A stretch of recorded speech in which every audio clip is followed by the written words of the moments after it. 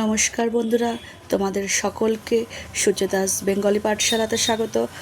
আশা করি তোমাদের এই যে কবিতাটি ক্লাস 6-এর মধ্যশিক্ষা পর্ষদের বঙ্গ আমার জননী আমার কবি দ্বিজেন্দ্রলাল রায়ের লেখা এই কবিতাটি একবার যদি তোমরা পুরো ভিডিওটা স্কিপ না করে দেখো, আশা করি তোমাদের সকলেরই খুব ভালো লাগবে।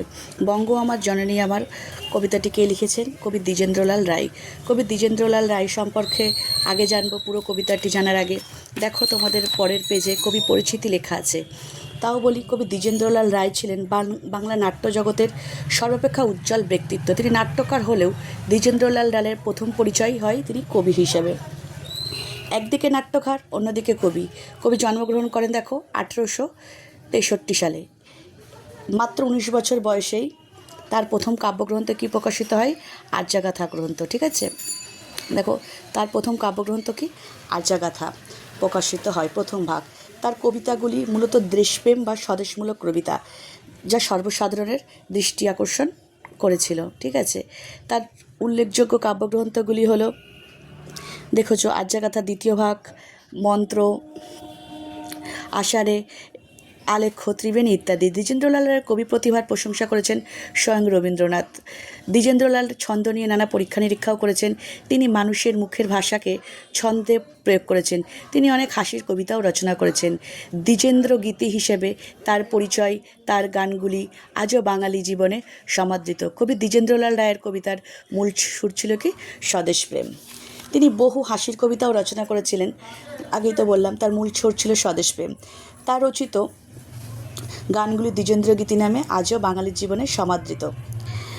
আমাদের আলোচ্য বঙ্গ আমার জননী আমার কবিতাটি দ্বিজেন্দ্রলাল রায়ের স্বদেশ কবিতাগুলির মধ্যে একটি বিখ্যাত কবিতা। দ্বিজেন্দ্রলাল রায়ের অধিকাংশ কবিতায় স্বদেশপ্রেমের বার্তাবহ। সেই বার্তাতেই এই কবিতা আরও ভালোভাবে তিনি প্রকাশ করেছেন। এখানে কি বলেছেন? বঙ্গজননীর লাঞ্ছনা কষ্ট কবিকে বারবার পীড়িত করেছেন।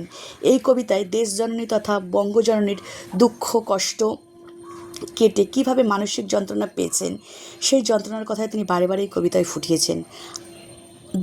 বঙ্গ মানে তিনি কি? এই মাতৃভূমিকে বুঝিয়েছেন বঙ্গ। আর জননী বলতেও সেই বঙ্গকেই তিনি আবার জননী বলেছেন।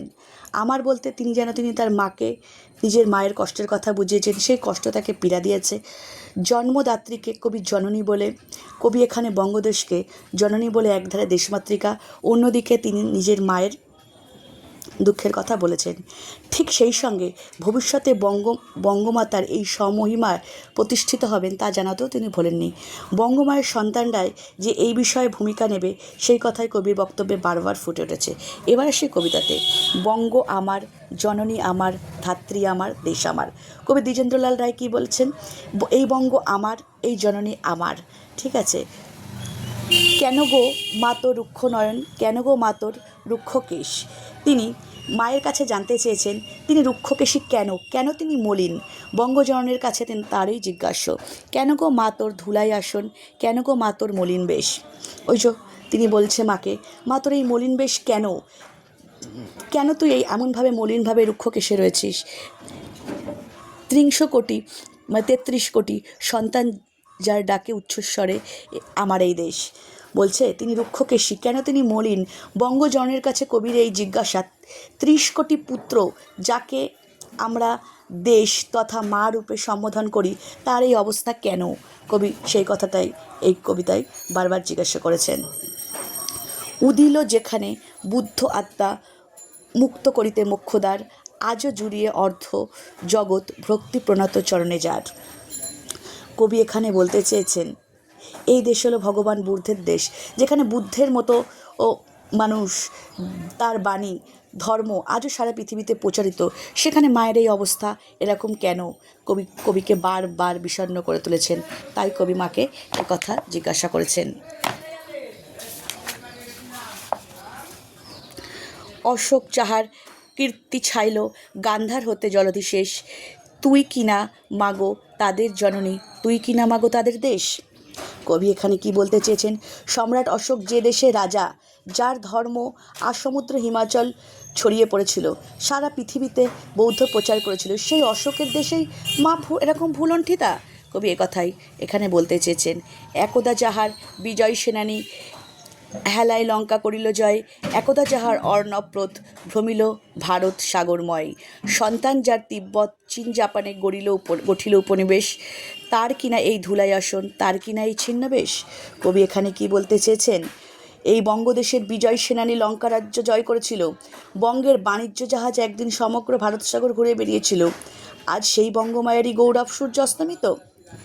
যেই বঙ্গদেশের বীর সেনাদের দল একদিন জাপান তিব্বতে উপনিবেশ গড়ে তুলেছিল, অথচ সেই বঙ্গজননীরই ছিন্নবেশ। এই কথাই কবি এখানে বলতে চেয়েছে। উঠিল যেখানে মুরাজ মন্ত্রে নিমাই কণ্ঠে মধুর তান, ন্যায়ের বিধান দিল রঘুমণি চণ্ডীদাস, যেখানে গাহিল গান। কবি এখানে কি বলেছেন? এই দেশ নিমাই পণ্ডিত, রঘুমণি এবং চণ্ডীদাসের দেশ। নিমাই অর্থাৎ শ্রী চৈতন্যদেব, তোমরা সবাই জানো। শ্রী চৈতন্যদেবের ধর্মবাণী, নৈয়ায়িক রঘুমণির পাণ্ডিত্য, চণ্ডীদাসের সঙ্গীতে সমগ্র ভারত একদিন উত্থলিত হয়ে উঠেছিল। আর সেই গৌরব মহিমা অবশিষ্ট নেই। যুদ্ধ করিল প্রতাপাদিত্য, তুই তো মা সেই ধন্য দেশ, ধন্য আমরা যদি এ শিরায় থাকে তাদের রক্তলেশ। বলছে তোমরা তো শ্রী চৈতন্যদেবের সবার কথা সবাই শুনেছ, চণ্ডীদাসের কথাও সবাই শুনেছ। চণ্ডীদাসের সঙ্গীত সমস্ত ভারত একদিন উত্থলিত হয়ে উঠেছিল। সেই গৌরব মহিমা আজ আর অবশিষ্ট নেই। এই দেশ রাজা প্রতাপাদিত্যের দেশ, যিনি নিজের চেষ্টায় এই দেশে বিদেশি শাসকদের বিরুদ্ধে লড়াই করেছিল। কবি তাই ধন্য, কারণ তার রক্তে আজও সেই রক্তধারা প্রবাহমান। তাই কবি বলেছেন, তিনি জানেন না দেশমাতৃকা আজও আধারে ঘিরে রয়েছেন। যদিও মা তোর দিব্য আলোকে ঘিরে আছে আজ আধার ঘোর। কবি বলেছেন তিনি জানেন দেশমাতৃকা আজও আধারেই ঘিরে আছেন। কেটে যাবে মেঘ, কবির বিশ্বাস এই সব কিছুই কেটে যাবে। নবীন গরিমা ভাবিতে আবার লোটাবে তোর, আমরা ঘুচাবো তোর দৈন্য, মানুষ আমরা নাহি তো মেষ, দেবী আমার, সাধনা আমার, স্বর্গ আমার, আমার দেশ। কবি বলেছেন তিনি জানেন দেশমাতৃকা আজও আধারে ঘিরে রয়েছেন, তবু দেশমাতৃকার সন্তান রূপে এটাও জানেন এই ঘোর আধার কেটে গিয়ে একদিন সূর্য উদিত হবেই, একদিন সূর্য ঠিক উদিত হবেই।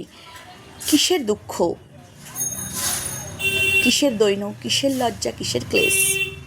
কবি দেশমাতৃকাকে বলেছেন, কবি দেশমাতৃকাকে কি বলেছেন? এই আধার কেটে গিয়ে একদম সূর্য উদিত হবেই।